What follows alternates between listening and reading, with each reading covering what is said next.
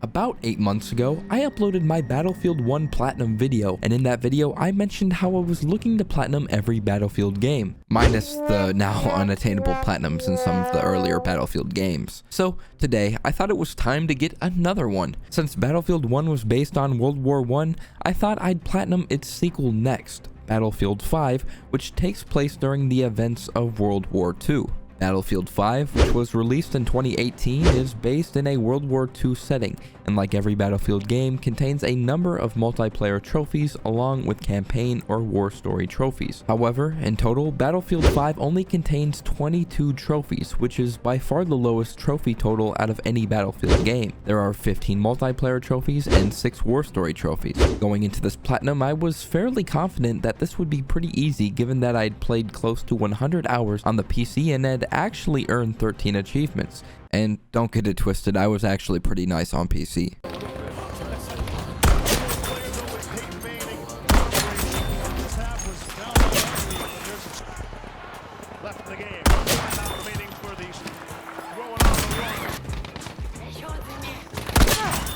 Nonetheless, since there were a lot of multiplayer trophies, I decided to attempt to knock those out first. I had actually got Battlefield 5 on the PlayStation when it was a free monthly game, so I had previously played and earned 6 trophies. The first being Last Man Standing, which was earned by having 3 squad members spawn on me. The second called Enemy Attrition for getting 10 kills in a round. The third called Grim Reaper for killing 30 enemies. The fourth called Not On My Watch for performing 10 squad revives. The fifth called Call 'Em In for calling in 2 reinforcements in a round as a squad leader. And the sixth called Heads Down for fully suppressing 5 enemies. These 6 were some of the easiest trophies in the game, so it's time to knock out the final really easy trophy called Combat Engineer, which required me to build 10 fortifications in a round.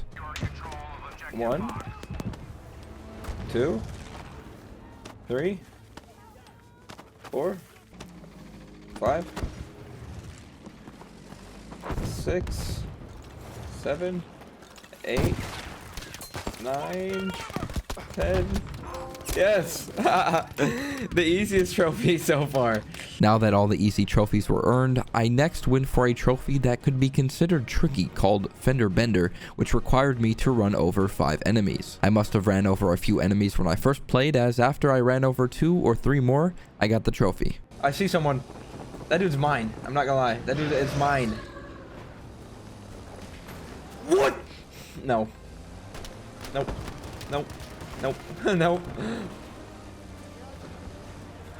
What the what more do I have to do? Is that a kill? I don't think I got that kill. That's dumb. Okay, another one. There we go. I think that's 1. Hello. Oh, yeah, get out of that. Here I come. Here I come. This dude's done. Yes, I did it. 5 with the tank. Next, I went for the offhand trophy, which required me to kill 10 enemies with secondary weapons in a round. I actually found this one the most difficult up to this point, and on a couple of occasions, this trophy came down to the final seconds in a few games. That's 7. Yes! Is that 10? How is that not 10? Is that not 10? Do I need one more? What do I need to do?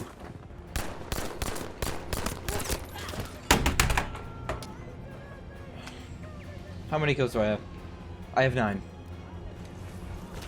That's the worst thing I've ever seen. After just missing out on my 10th secondary kill, I was determined to get it in my next game. One more, I think. Maybe 2. Maybe 3. Who knows these days? You're dead.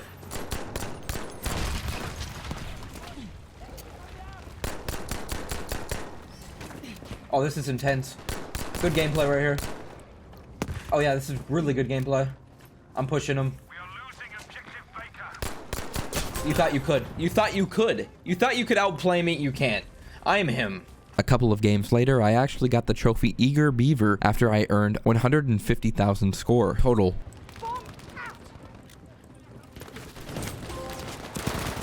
Don't know. Eager Beaver. What the hell does that mean? Next, I went for one of the buggiest trophies in the game called Globetrotter. On paper, this trophy is actually pretty simple, as all it required was to play a round of Conquest, which is the most popular game mode, on each of the launch maps, those being Narvik, Devastation, Twisted Steel, Rotterdam, Fiel, Hamada, Eris, and Aerodrome. However, in order to get this trophy, you must play a full game in the map, meaning you cannot join into the game late, as that would not count for the trophy. Since Battlefield 5 has a map pool that always goes in the same order, I found this trophy most easily achievable by searching for the map that came before that required map and finishing that game along with the required map after. Of course, this was a bit time consuming given that each game could last up to 45 minutes, but after ensuring that I played a game of Conquest on each of the launch maps, I got the trophy. Alright, that's one map down, or two, no?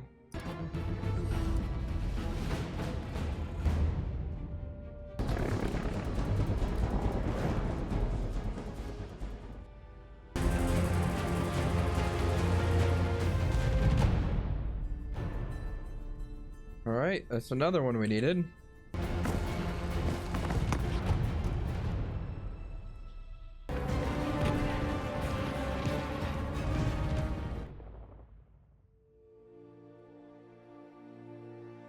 Alright. I got it! Globetrotter. Oh my god, I'm actually shocked I got it. On the theme of playing specific game modes, the next trophy I went for was called Hoist the Flag, which requires players to capture 10 flags in the game mode called Frontlines. This trophy is surprisingly one of the most difficult and rarest trophies in the game because Frontlines itself was actually taken out of the game for a period of time, and while it has since come back, literally no one plays it and it is nearly impossible to find an online game. Because of this, the best way to earn this trophy is to boost in the community games section of Battlefield 5. This was one of the trophies I was dreading, but minutes after achieving the Globetrotter trophy, I got a message out of nowhere from a fellow player named Lornu asking if I could help him with the Hoist the Flag trophy, and because I had no idea who this was, of course I said yes and agreed to help him, as I also needed the trophy. And after he found and invited me to a couple community games, some with horrendous ping, I got the trophy with relative ease. Shout out to Lornu for randomly messaging me and helping me get the trophy.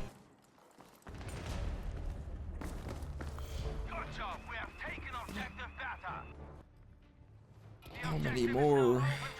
Got it. Oh my god, I was gonna say.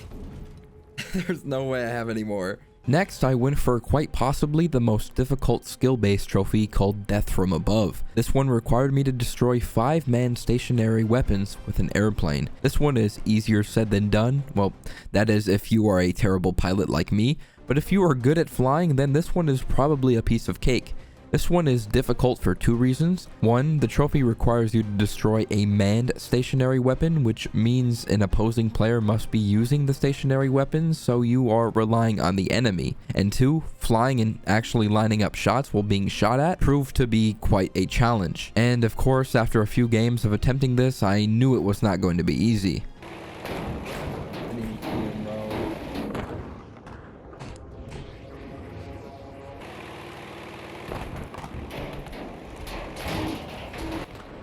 I can't even see, bro, now. Like, there's nothing I can do. However, Lornu actually gave me a few tips on which maps are best for the trophy, those being Eris and Fiel, and after following his advice and immediately getting 2 kills, I knew this was not going to be bad after all. I did it! I did it! I did it! 1! I did it! Yes! Yes! 1!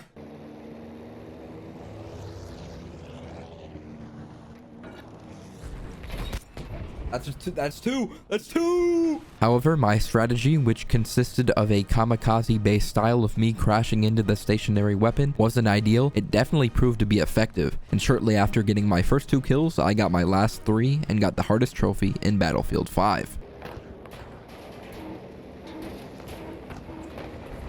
Yes! Yes! Yes! 2 more! Yes! Another one! 1 more! 1 more!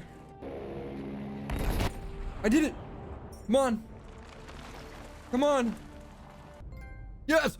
Yes, death from above. Now only 2 multiplayer trophies remained, Jack of all trades and Elite. Both of these trophies were earned based on score. Jack of all trades required me to earn 100,000 score in each class, those being Assault, Medic, Support, and Recon. So knowing that this was a trophy that would take me a while, I had already began going for the 100,000 score with each class as soon as I started playing the game. I had already gotten well over 100k with Medic when I first played this game, so next I went for Assault. Assault actually wasn't too bad, and I was able to get 100k pretty easily. Next was Recon. I had already earned around 50k score from when I first played, however, getting the last 50k proved to be a bit difficult. If you didn't know, Scout is the sniper class, so more than likely you're not going to be able to get a ton of kills using a sniper. That is, unless you're a god, and it's definitely safe to say that my sniping skills decreased while playing on controller as compared to my time sniping on PC, so this one took me a while. Now the last class I needed to reach 100k with was Support, and surprisingly this was also a tad difficult as most of the low level support guns weren't great. You couldn't even aim down your sights with most of the low level LMGs, which sure promotes the realism aspect of Battlefield but made this a bit challenging. But instead of using the LMGs, I decided to use the shotgun, which was actually pretty good, and finally after a few hours I got to 100k and got the trophy.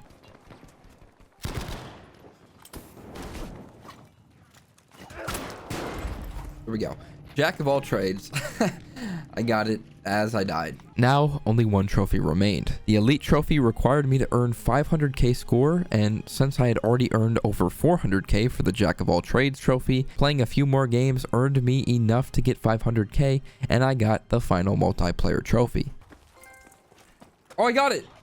Elite! Let's go! Thank God. Oh my God. It's over. It's over. Out of nowhere, too. I thought I wasn't even close, but I mean, I'll take it. Now it's time for the campaign section of Battlefield 5, which, like Battlefield 1, is called War Stories. War Stories consist of 3 stories, each having 3 missions based inside the story. As for the trophies, Battlefield 5 may have the lightest campaign trophies in any FPS I've ever seen. All the game requires is for you to beat all 3 war stories on the hardest difficulty, Hardcore. Yes. That's it. No challenges, no miscellaneous trophies, no collectible trophies, just beat the game on Hardcore. This was honestly disappointing as I typically look forward to the different challenge-based and miscellaneous trophies in FPS campaigns. But of course, I won't complain as beating the game on Hardcore will be a piece of cake. The first war story, called Under No Flag, follows a British convict named Billy Bridger who has been pulled out of prison to fight in the war alongside British officer George Mason. Here, the two look to deplete the enemy defenses by taking out planes and other important points of interest while going behind enemy lines. In the first mission, called Crossing Lines, we had to sneak into an enemy airfield and destroy the planes. This one was actually pretty easy and I was able to sneak in unscathed, but of course this was too good to be true as during the cutscene we see that the final plane was not destroyed. So of course it was time to take it out. So after racing to an AA gun, I took out the attacking planes and the mission was over. Even on Hardcore, this mission was very easy. As we see in the ensuing cutscene following the end of the mission, Mason got injured. So in the next mission, we sought medical supplies while also taking out more enemy points of interest all by myself. I first decided to go to the nearby airfield where I shot a few fuel tanks and blew up some supplies. Next, I headed over to a nearby village to take out 2 satellite stations. The last objective required me to infiltrate a comms bunker, and here I actually had some trouble, but after finally taking everyone out and infiltrating the bunker, Bridger radioed to a British ship to pick us up and grab some medical supplies. Next, I drove back to Mason where the mission ended and we found out that everyone heard Bridger's SOS message and we were now being followed by an entire fleet of German infantry. This set the scene for the final mission called Onslaught, and this was the perfect name as the entire mission required us to fight for our lives and defend our position. I figured this would be one of the hardest missions in the game, especially on Hardcore, given that there wasn't a lot of cover and places to hide, and of course I was right and I did indeed die a lot. I'm cooked. Hey, I'm dead. Mate, I'm dead. Mate, I'm dead. Mate, what are we doing here? What are we doing here?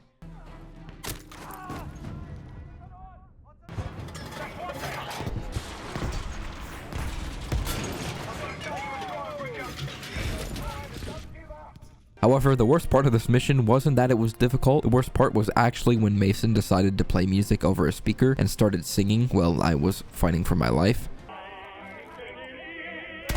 What is he singing, bro? Shut up, it's not the time. I'm gonna lose my mind. The singing is not helping. God, the singing is actually killing me. Shut up. Shut up. Shut up. No, this is not a sing-along. We are fighting for our lives. But eventually, I finally took out the last few enemies and the war story was complete. Here, I earned my first campaign trophy. Look at that, mate. It's cavalry. There it is. Lovely. Lovely. That was lovely fun, wasn't it? Next, I started the Nordlys War Story, which followed a Norwegian resistance fighter named Solveig, who looked to rescue her captive mother, was a member of the Norwegian resistance attempting to sabotage the German program of producing and exporting heavy water for the creation of a nuke. The first mission, Still and Silent, was actually pretty cool. Here I had to break into the water facility to save Solveig's mother all by myself. I even got to do a bit of skiing, which I thought was pretty cool. But nonetheless, the mission definitely promoted stealth, and I didn't get that memo right away.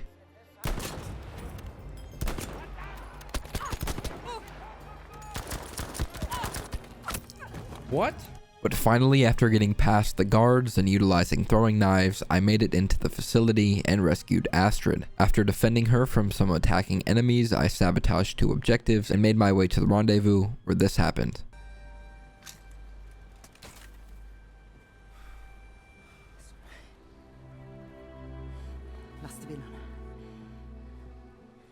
Ikke en dråpe. Forstår du? Jeg elsker deg. Goodbye, mother. Okay, what if I just died right there? How am I not paralyzed? Is her neck good? No. There's no way she just ate that fall. After nearly being paralyzed by my own mother, I now had to find some heat. This mission was probably the easiest and shortest mission in the game, as all I had to do was take out a few enemies at a few different locations, find fires, and that was it. After finding a cabin and taking out the worst guard of all time, we read over Astrid's plans and learned that we needed to take out a few things to cripple the heavy water supply. This set the scene for the final mission. Like the first mission, I got to do some skiing, which was pretty cool. From here, I skied to a roof where I shot a few barrels, which blew up a truck I needed to destroy. From here, I traveled to a town where I destroyed police intelligence. After this, I had to ski to some docks where there were 2 water shipments. This was a bit difficult as there were a ton of guards at the docks, so I wasn't able to complete this objective as stealthy as I would have liked. So, after running into the docks, destroying the 2 shipments, and skiing away as fast as possible, I infiltrated a bunker where I found the last heavy water shipment. However, I got caught and the trucks tried to get away. However, I caught up on my snowmobile and blew up the shipment with my grenade launcher. Now, I had to save Astrid, where this happened.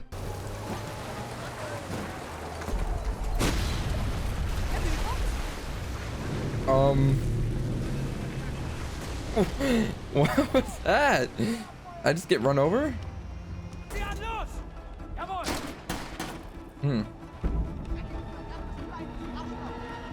There's a good chance she gets executed here. Yep. No! Jeg så stolt av deg, Solveig. No!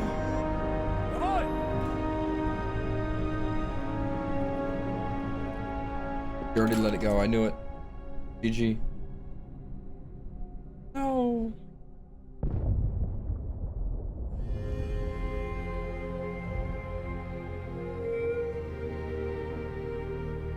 No. There we go. Store Fulgur Anga Ingi Fulgur.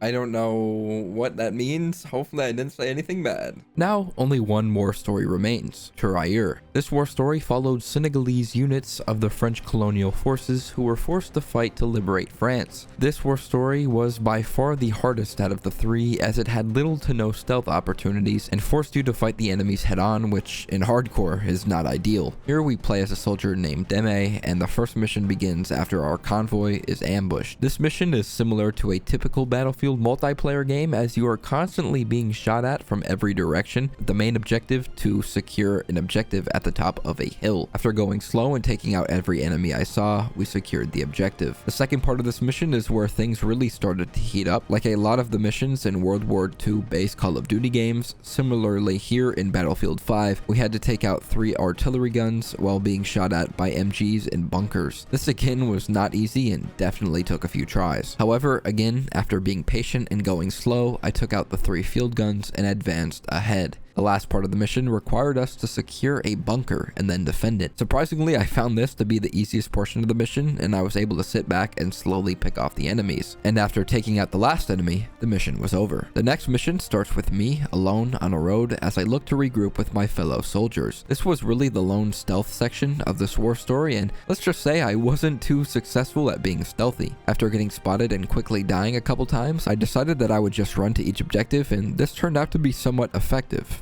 Barely. Now that I met up with the squad, we had to blow up a few AA guns, which wasn't too bad, and after blowing up all 3, the mission was over. Now it was time to start the final mission of the third and final war story. In this mission, the main objective was to fight to and reach and capture a castle at the top of the hill. However, before getting to the castle, we had to take out enemy defenses guarding the castle. The first being at a village. Here we had to take out a tank and 2 field guns. While the game offers the chance to clear out the first village stealthy, I decided to go in guns blazing, and this worked out well. Next, we reached an enemy encampment, and here things got difficult. Here there were a ton of enemies, a lot of which had bazookas that would kill me in one shot, and of course I died quite a lot. Since I wasn't finding too much success, I decided to use the tactic that I employed in the previous mission and just run. Somehow this worked, as after I died, I got a checkpoint which progressed me past the enemies. Now all I had to do was take out the final enemies guarding the castle, and of course I went slow and took everyone out. Now it was finally time to breach the castle, and once we got in, we got absolutely destroyed. However, I somehow survived and watched Deme's best friend Adrisa sacrifice himself to save the unit and secure the castle. Now all I had to do was run over to some doors, and here the final mission concluded and I got the final 5 trophies. Messieurs, nous sommes fiers de vous et de ce que vous avez accompli. Merci, mon commandant. Peace. So bright, thank you. Oh. Oh. Oh. Quand l'armée française a libéré Paris, ils ont retiré tous les soldats noirs. After all they did. Je sais ce qu'on a fait. Et à quel prix. Et j'en suis fier. Here we go, storyteller. How many are gonna pop here? Veteran. Sins of the Fathers. I think maybe 2 more. Oh, La Mort. And the Platinum, World War II hero. Wow. Battlefield 5 was a bittersweet experience. While I really enjoyed the multiplayer and the grind of the multiplayer trophies, I felt that EA was a bit lazy when curating the trophy list. I mean, I won't complain about a 22 trophy platinum, but compared to every other FPS platinum I have, this one was by far the easiest. And like I said earlier, having no collectible or miscellaneous trophies in the campaign was a very interesting decision and kind of boring. And especially for a Battlefield game, which is a franchise that has a really rich history, this was definitely a disappointment. However, I still had fun regardless of how easy the trophy list was. And of course, I still plan on attempting to platinum the other Battlefield games in which the platinums are still attainable, and as for the ones that aren't, maybe I'll go back and get all the campaign trophies instead. If you guys enjoyed, please be sure to leave a like, comment, subscribe, and of course, I'll see you in the next one.